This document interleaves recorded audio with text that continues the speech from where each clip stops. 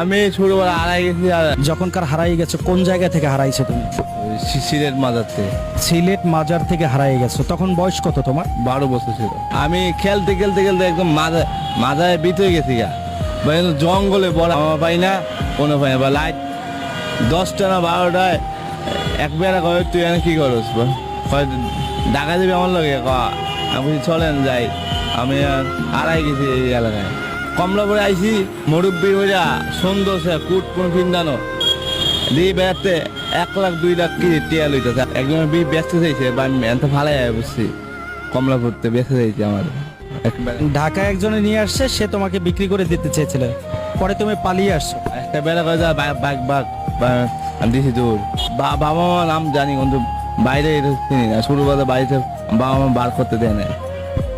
বাবা মায়ের নাম কি? মোহাম্মদ আমির আলী, মার নাম ফাতেমা বেগম। কোন জেলায় বাড়ি এটা বলতে পারো? সিলেট সাপড়া অভিজ্ঞান। হবিগঞ্জে কোন জায়গায় বাড়ি তোমার? এটা কইতে পারি না। ছোটবেলা আমি এত করি না, বাড়িতে বাড়ি নেই, আমার ঘরের বাইরে আটকে লাগছে। খুব আদরের সন্তান ছিল, যে কারণে বাসা থেকে বের করতো না তোমার। হ্যাঁ, আর তুমি তো সিলেট গিয়ে খুঁজতে পারো যে তোমার বাড়িটা কোথায়। সিলেট গিয়েছি আমি পাই না। একটু থাকতে আইছি, আমি এত বড় হয়ে গেছি, আমার কে চিনবা? বাবা আমার বাচ্চা আছে না। বাবা মায়ের কথা মনে পড়ে? মনে পড়ে, মাঝে মাঝে চোখের পানি ফুয়া যায়। এই বছর শেষ হয়ে আমার একা থাকি।